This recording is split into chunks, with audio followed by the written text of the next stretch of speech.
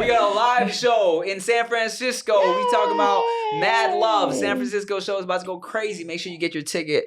Yo, today's episode is brought to you by Quince, and I really do love these shirts I got from Quince, okay? Comfortable, stylish, and look, by working directly with the top artisans and cutting out the middlemen, Quince gives you luxury pieces without the markups, all right? Everything with Quince is half the cost of similar brands. I got these like sick little polo shirts, olive green, super comfortable, make me look good. The fabric is like so soft and so nice. I really do like it. I really do, okay? So, stick to the staples that last with elevated essentials from Quince. Go to quince.com/chaser for your free shipping on your order and 365-day returns. That's QUINCE.com/chaser to get free shipping and 365-day returns. Quince.com/chaser.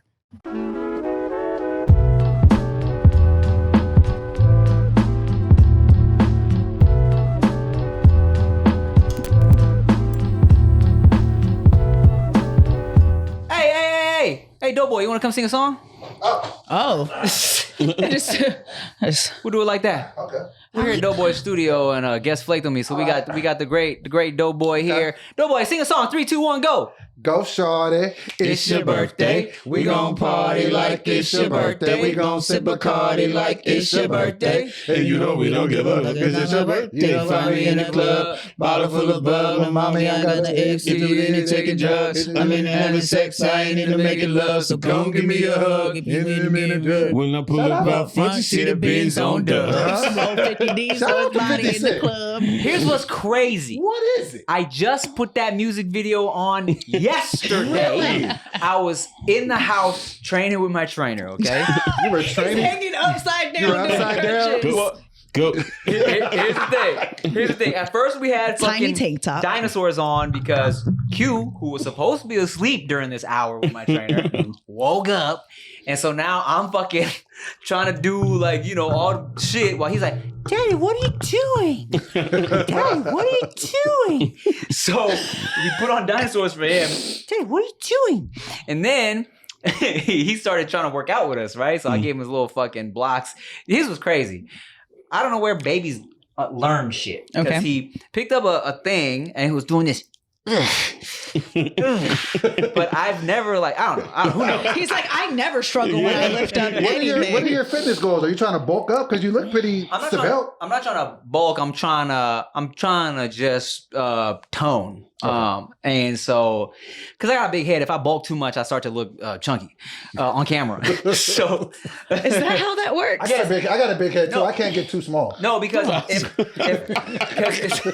why I won't lose weight. if I bulk up, I'm like I look stocky. Got it. Okay, so anyways, so I'm like.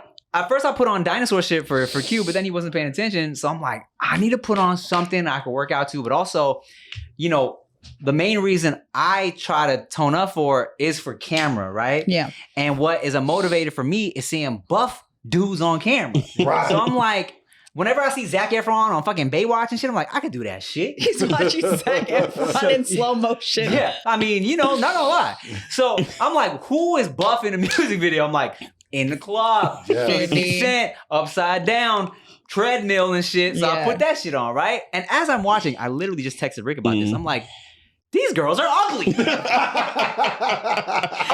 90% of the video girls in the club are not cute, bro. And I'm like, and a part of me as somebody who's like been around music videos and casted people for music videos, it's kind of like, oh, okay, maybe she's a butterface. Maybe she's there for the body and maybe the face isn't cute, but she got body. It wasn't even that. It was close up on girls who were fully dressed, not even titties out, looking crazy. Just kind of regular? Just aesthetically not what you remember. You know what I'm saying?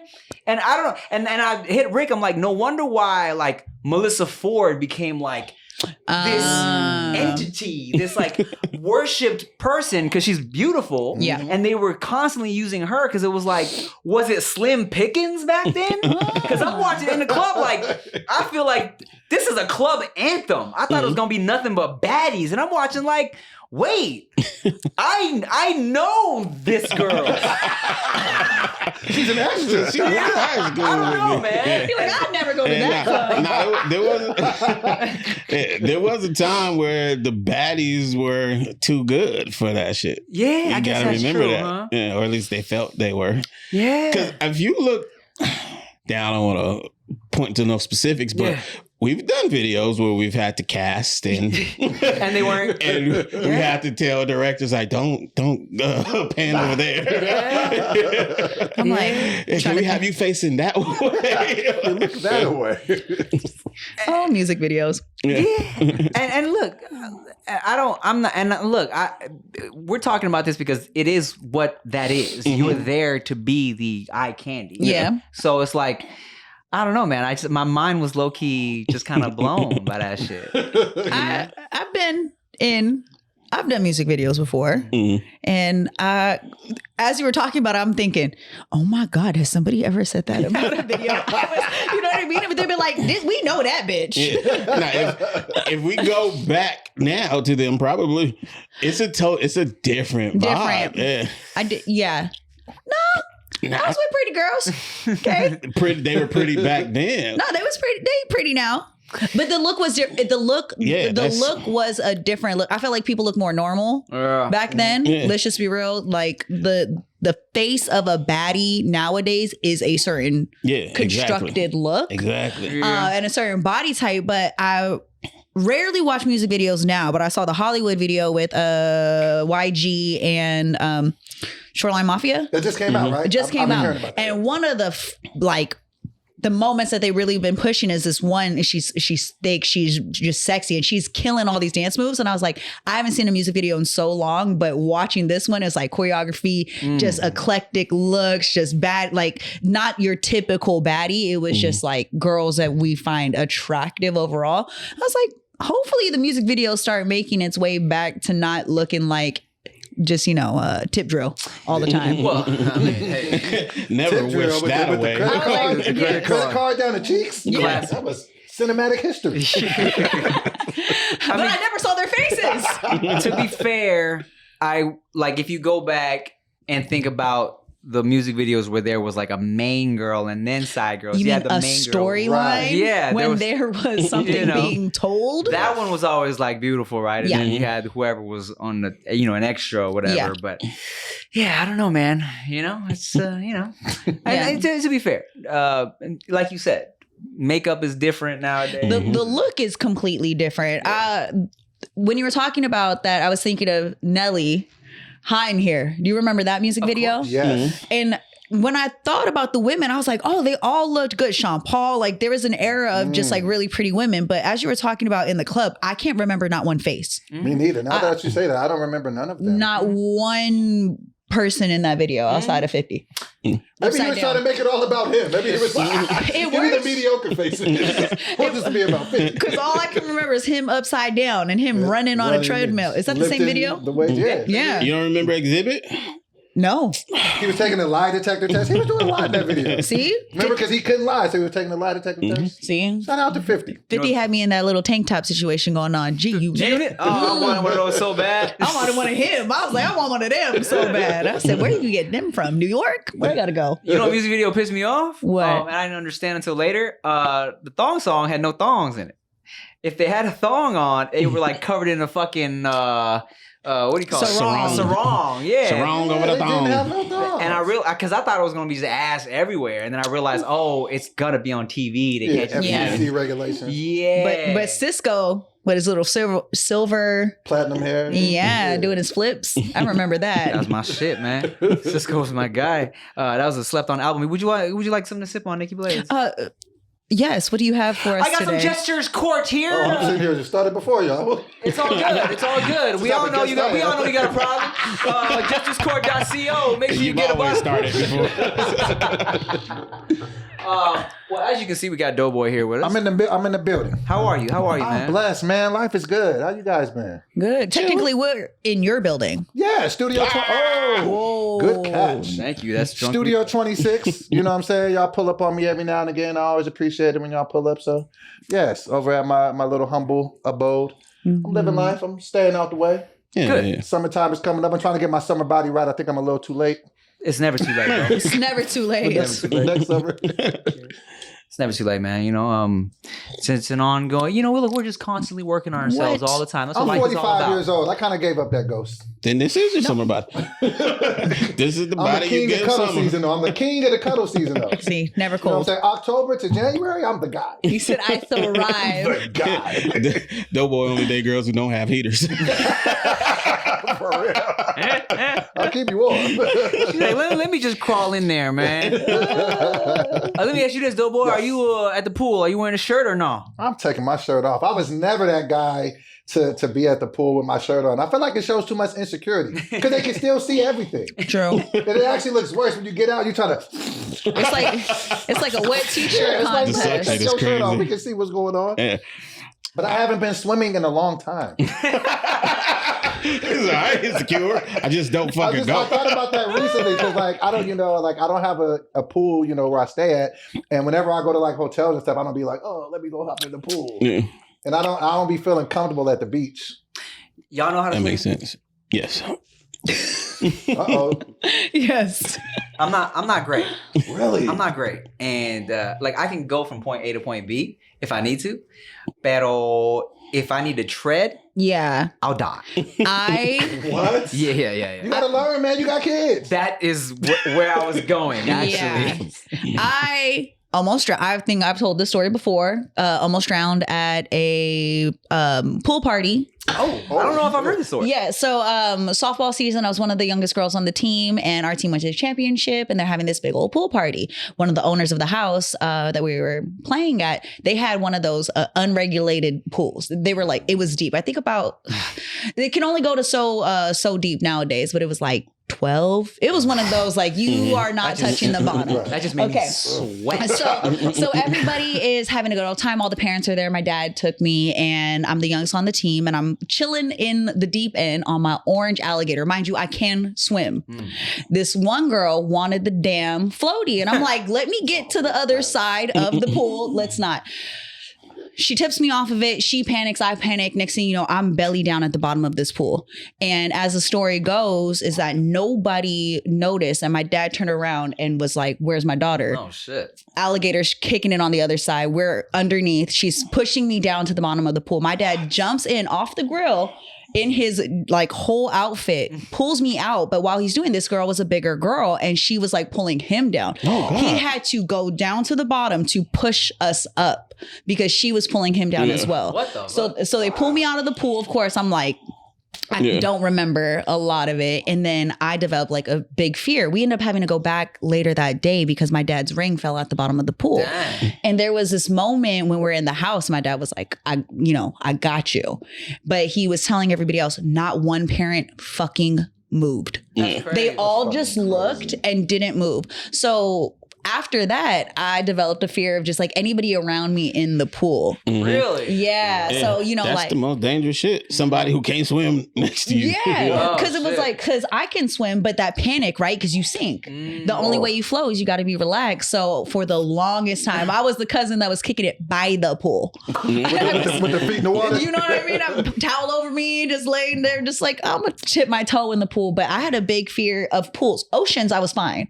Now. That shit freaks me out. It's kind of ocean. Yeah, fuck See, that. but the ocean, like nobody's really by you, and we were, The ocean once you can can't kill feel- you. once you can't feel the But sand under I your get feet, it. You I didn't get have that nervous. I didn't have experience. to, grew up in Hawaii. They had us familiar with the ocean. We know how to deal with that. But somebody coming up to you, no playing chicken, when all the cousins want to splash water in your face. Next thing you know, I'm having like a panic attack.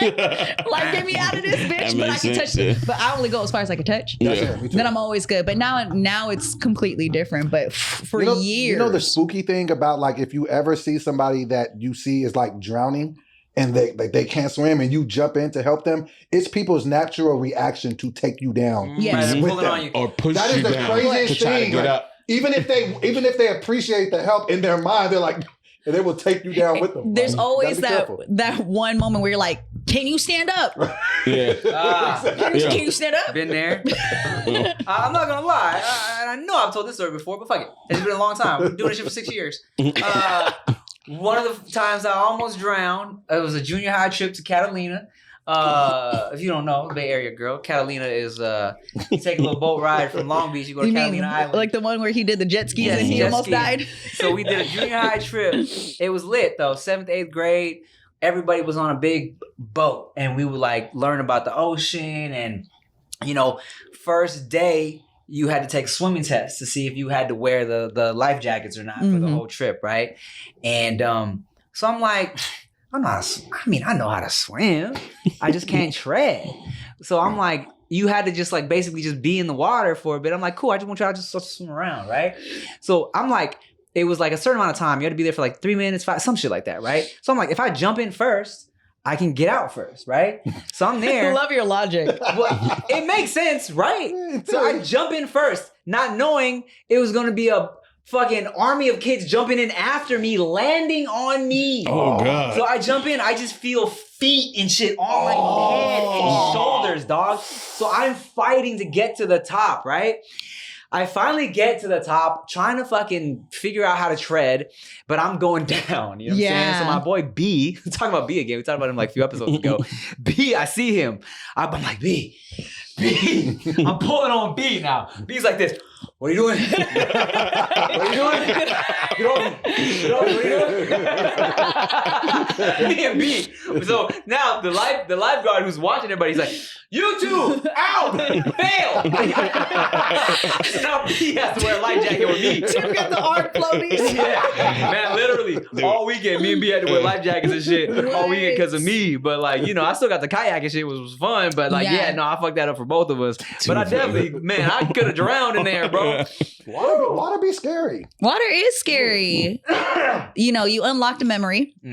Catalina Island was one place that I have not gone to that I've always said I wanted to go to. I forgot what class we were in, and they were like, create this life of where you want to live in California. Catalina Island was the one that I actually, because it was water, it was kind of like secluded, it seemed fancy. There was just all these things that made it appealing to me at that time. Clearly, I wanted to be a bougie person. But I just realized that I've never gone.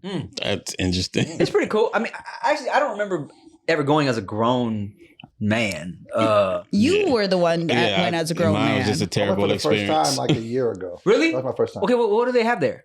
Basically, it's just a bunch of like quiet shit. There's like a bunch of like, it's like one little like big body of water. There's a bunch of little like restaurants and like little quaint shops. Like there's no cars. Nobody really drives cars. Like a bunch of, everybody just gets like scooters and stuff. It seems like a place to like maybe live for like retirement. They said it does get really busy like around the holidays, like 4th of July and Labor Day weekend and shit's like college town, crazy shit. You know what they have now? You know what's a thing now? The fucking Catalina wine mixer is a real thing now. Really? Because of the movie.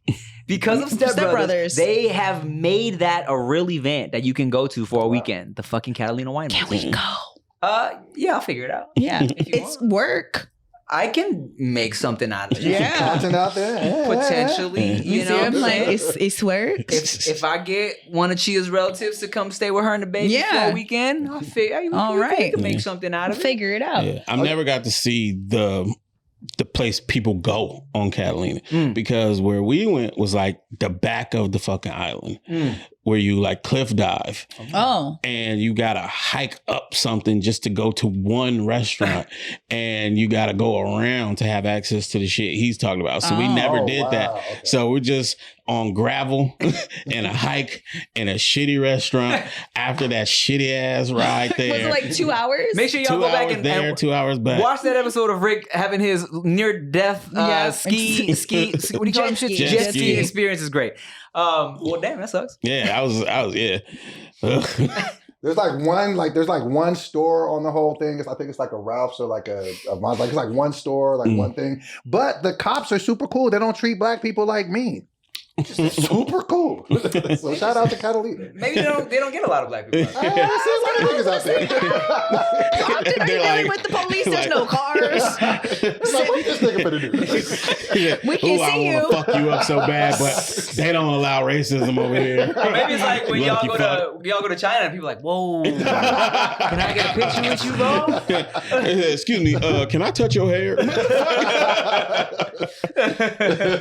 Yo, today's episode is brought to you by Quince, and I really do love these shirts I got from Quince, okay? Comfortable, stylish, and look, by working directly with the top artisans and cutting out the middlemen, Quince gives you luxury pieces without the markups, all right? Everything with Quince is half the cost of similar brands. I got these like sick little polo shirts, olive green, super comfortable, make me look good. The fabric is like so soft and so nice. I really do like it. I really do, okay? So, stick to the staples that last with elevated essentials from Quince. Go to quince.com/chaser for your free shipping on your order and 365-day returns. That's QUINCE.com/chaser to get free shipping and 365-day returns. Quince.com/chaser.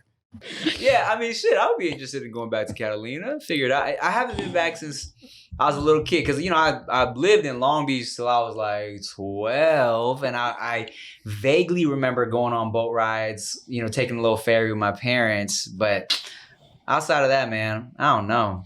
Y'all got any other near-death experiences in your life that you can remember? Nah, we got Blades almost drowning in the pool. That one was... That stuck around for a while. I was like, I've been in car accidents and things like that, but whenever I think of something that had lingered, water pool, that one lasted a long time. The cars, I'm still okay. But I was at a house party in high school that got shot up. Oh, but like I seen like the spark of the gun, like it's the most terrifying like thing because like, and that's like why I get like real nervous, like when I hear conversations go a certain type of way, or when I see niggas pull their pants up, I'm like, this is about to go bad. Yeah. So I was like, I think I was a senior in high school, and like I could tell, and I knew the niggas. It was niggas from conflicting neighborhoods, and I kind of knew that they didn't like each other, and I knew one of the guys that was getting into it. So I guess I was supposed to be with him and kind of have it. But I wasn't in the gang, though. I'm like, nigga, you in the whole gang. So I remember seeing it, and it was escalating, and like everybody had kind of calmed it down. Yeah. But I was like, I knew the dude he was beefing with. I'm like, he not just gonna let it go. So niggas had kind of calmed it down. He had went outside, whatever.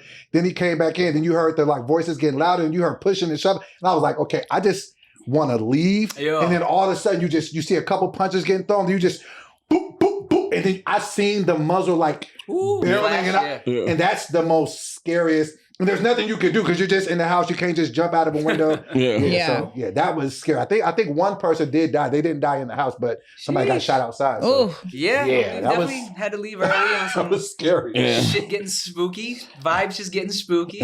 I think the worst for me, fucking Compton. It's always Compton. Yeah. It's after the club.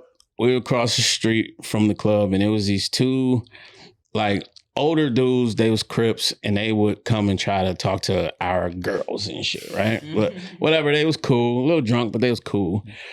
And then one of the girls, man, she thought it was gonna be hilarious. For whatever reason, she has a fucking burgundy rag on her. Oh, God. Ties that shit around her face and starts acting like she banging on them. Oh, what? So they start pump faking. At the time, I didn't know. But they like reaching in ways, man. The fuck y'all on? Y'all need to right. So we like, oh, let's get the fuck out of here. So we get in the car, and she's in the fucking car with me, and they're on her head. I'm like, oh, get the fuck out of here. The driver is a white dude. He's confused. What are you confused about, buddy? Go. This man is threatening to shoot everyone.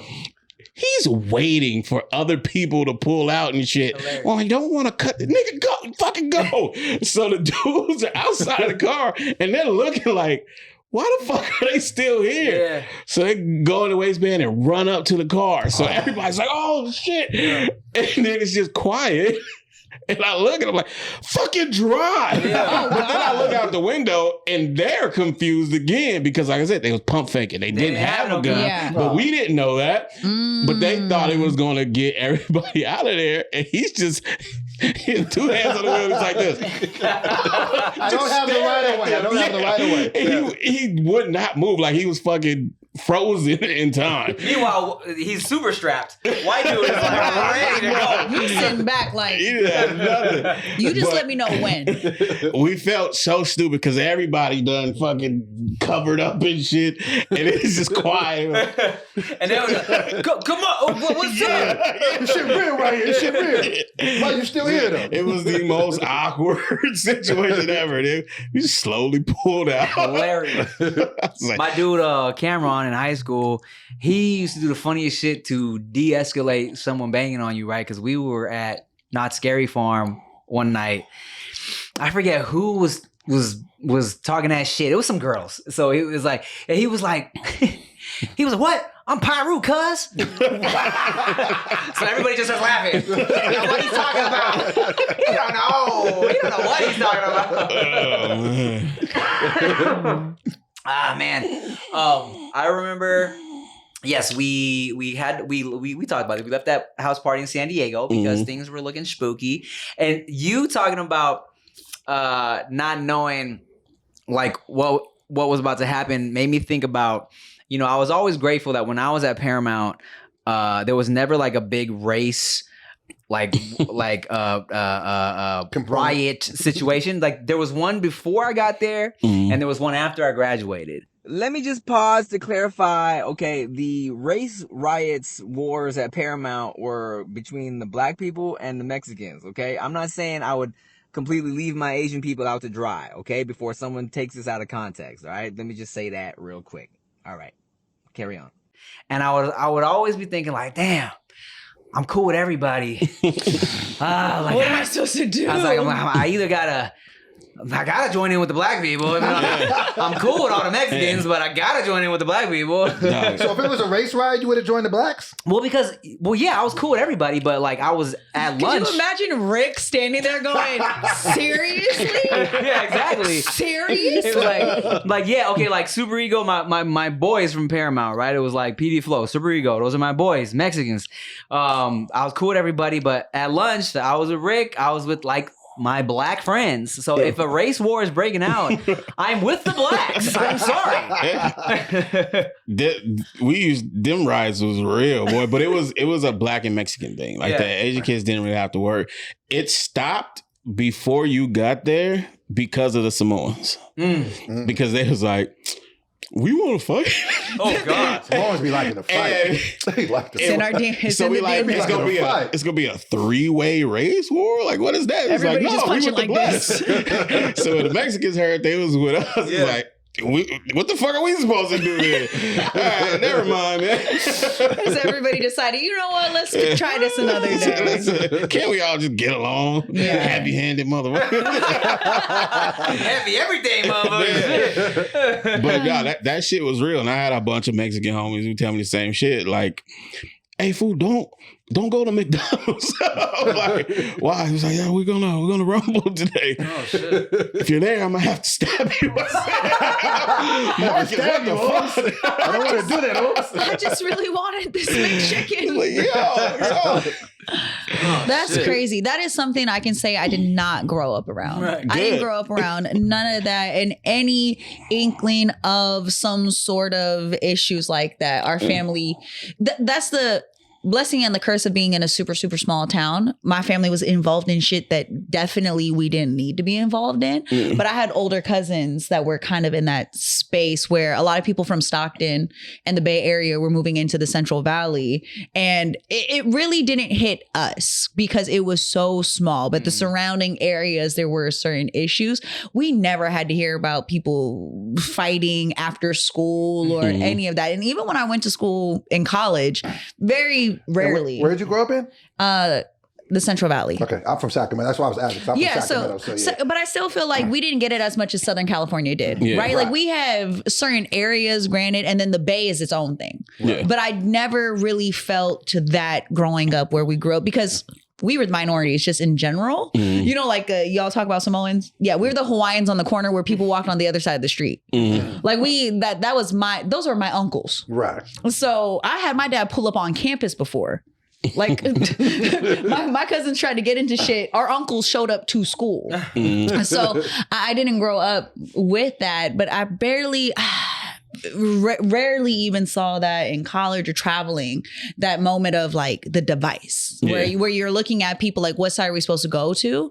Never really experienced that. Even our house parties. I mean, granted, we had shit. It was more along the lines like who stole what or who stole someone's girl. Yeah. You know, like that. There's one story of a house party that I threw and somebody stole the damn laptop, and I shut down the whole party to go check everybody's bag. Open that shit up. For real. Did you find it? Yeah. Oh, shit. And there was one of the guys from, oh my God, I don't know why he was out there. It was like from Pink Dolphin or something. I don't know. It was this one rapper, just so happened. And he'll hit me up occasionally, be like, yep, Nikki, I still remember you shutting down the party in Merced to check everybody's bags. But that was like the extent of what we had to deal with. Did you have a lot of big cousins? Yeah. Yeah. Yes. Big cousins. I'm a big cousin. Yeah, that's true. But when we moved from Hawaii, I lived in a house with like 13 other people. So we came into a family, and I got 5 girl cousins that are crazy. Like my cousins would go and surround a house. Oh. Like you didn't want to fight one sister because you got a family. You got problems. You got problems. Like it'd be like everybody's a phone call away. My cousins live 4 hours away. They're pulling up if the call needed to be made. My aunt actually tried to get my cousins to jump me. Wait, what? That's just wild. Yes, my aunt was in Hawaii, and I forgot what it was. I was in college, and she for real didn't realize like we all bonded. She was like, I'm gonna have your cousins jump you. I was like, yeah, okay. My cousins called me. They're like, yo, Auntie just hit on you. She called all of us. And we had to laugh. Like their dad had to call his own sister and be like, do you understand? This is not, what are we doing? Oh man. I remember Samoans in high school they were the homies. But when they weren't the homies, it was so scary. Yeah. Squabble up every time. One time, were you remember when Brendale accidentally walked into the girls' locker room? Oh, yeah. So they blindfolded this dude named Brendale playing a trick on him. He accidentally walked into the girls' locker room, and it was a Samoan girl in there that he walked in on. She was like, what the fuck? All of the Samoan dudes beat his ass, bro. Beat his ass for walking in on her. He didn't even know he had done that. Unbeknownst to him. Unbeknownst, he had walked in on a Samoan girl changing, so she told all her brothers and cousins and shit, and they fucking beat his ass, bro. And not to be rude, but it wasn't like one of the hot ones. It wasn't like he was trying to. It wasn't like sexy ass Thong and Margaret. Oh, Margaret. See, but that's the problem, is that it doesn't matter what they look like. Everybody got a family member. I got on deck. We all got someone we can call right now that will call everybody else, and they'll be like, I ain't got to do nothing about this no more. Yeah, Paramount was a weird city with that shit, because like the Mexicans had gangs. Mm-hmm. And in Los Angeles, you have the black gangs who rival the Mexican gangs, shit like that. We didn't have black gangs for a majority of the time in Paramount, but they still saw us as that. So you got all these regular, just black kids who now have to adapt gang mentality because you have actual gang members that want to fight you because you're black. Yeah. And then you have... So we were the city where we're right next to Compton, we're right next to Long Beach. So this is where parents would see their kids going the wrong way and move them out of the city to the next city. The Sacramento. The Sacramento of it. Yeah. So you got all these little motherfuckers who are 15 minutes away from the gang their parents try to get them away from. Now they're at the school claiming that doing gang shit. And then they have friends by default. Yeah. So it's like, well, he said he's in the gang. Y'all his friends. So y'all are a gang now. That shit was crazy, man. The crazy thing about Sacramento had a crazy like identity crisis because LA is for sure gangbang culture, like street shit, all that shit. And then the Bay Area had its own thing. It has this, Sacramento, like when people think about still to this day, people think Sacramento, Cowtown, the Kings, like, and so like Sacramento used to have to act extra tough. Like, Sac wanted to be the Bay so no, bad. let me tell you, honestly, if back in our day, if you told somebody like, yo, where you from? I'm from Sacramento, they'd be like, oh, the Bay? you would fight a nigga. If a nigga, it was that serious. Like, don't mix us up with the Bay. We're the capital, nigga. And if anything, I would say Sac and Stockton are more connected. These days, Stockton is so turned up. Like, Stockton went bankrupt. That could let you know. Stockton is tough because I did radio out there, and I have a love for Stockton, but it is so sad that what is happening on a daily basis there, because it's not like you can look at somebody and understand what's happening. It's like you cross the wrong street, somebody and you don't know who's fighting who, or the what, or the why, or the color, or the gang. You don't really know what the hell is going on. It's just bad. When they talk about the most dangerous places in the world. Stockton is crazy right now. But shout out to 209. I love y'all. And the 916 in Sacramento. Right. Hey, look, when we did that Wild 'N Out live show in Stockton recently, and that shit I was surprised it was fucking sold out. I'm not surprised. You're not surprised? No, because when I did Wild 'N Out, because I was at K-Win at the time in Stockton doing the radio, like the amount of love and support that the Bay, I'm not the Bay, but like that Stockton really shows anybody who is doing something. Oh yeah. You know why people love Mozzie. Oh yeah. Love Mozzie, or anybody that's doing it, because you just don't stop repping it no matter what. Absolutely. To the day, 209 is always going to be my area code. I'm always, no matter how big or small, I'm always going to talk about the fact that I was in Stockton and I was there, and there's so many amazing people. It's just unfortunate at times when you see certain areas that just can't get out of it. Yeah, it's a crazy cycle. Shout out to Mozzie from Sacramento, 916. Yeah, I didn't even know Mozzie was from Sacramento. Yeah. We love Park to be exact. Yeah. Wow. You know that NorCal? Yeah. You know, I tell you, it was refreshing to do a show, especially, I feel like when you go to like the big cities, people tend to get a little jaded. You know what I'm saying? So like, when I did the Wild 'N Out live show in LA, first of all, I love LA. Okay, I will never leave LA. Okay, I love LA.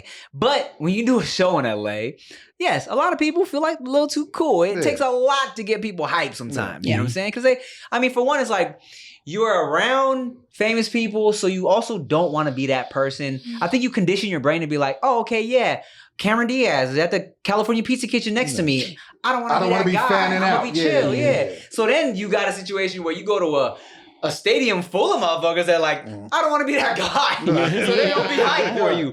But the Stockton show was crazy, packed out, so much love, so much energy. Yeah. And I was really not ready for that. You know what I'm saying? And I was really appreciative of that energy, And I think it's really cool to be in those environments where your accomplishments are acknowledged in the way that like maybe you would have felt when you saw someone famous. And I know that you guys have been out this way for so long that you are also conditioned to know when to keep it cool, but then to also know when to appreciate somebody doing something dope. Yeah. And in Stockton, when I saw who was all there, a lot of familiar faces, and when I saw how packed the arena was, there was not one ounce of me that was surprised.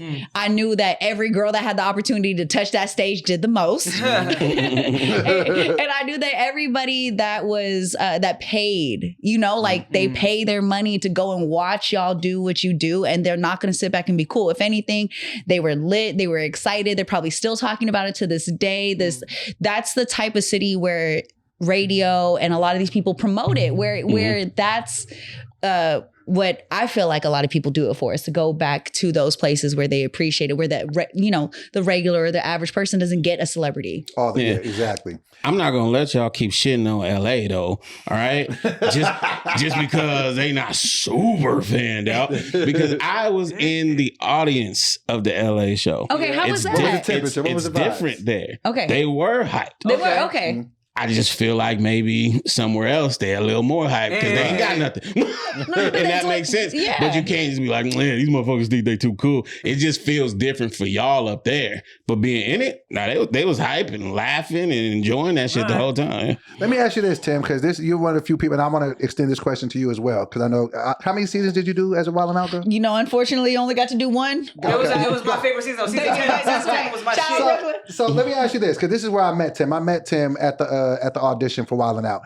14 years later now that we've been doing it, because I think we met, 2011, 2012? If we auditioned, it was like 2012, yeah. So how does it feel this many years later to be part of something so iconic? Because out of all the stuff that I've done, whether it be all deaf or roast me or whatever other stuff, I still get noticed the most from Wildin' Out shit. I got it tatted on my arm. Like it means something to me. But what does it mean to you to still like be recognized for something so iconic? Yeah, you know what, man? Thank you for that question and thank you for the love. I appreciate that. I will always show love to Wildin' Out because, not only did it give me an opportunity to prove I was more than just a YouTube guy, even though all respect to YouTube, I'm grateful to YouTube, but it was really what gave me the opportunity to show that, like, okay, yes, I can cross over and be on a real ass show, but also it was like people that didn't know me from the internet were able to see me and see what I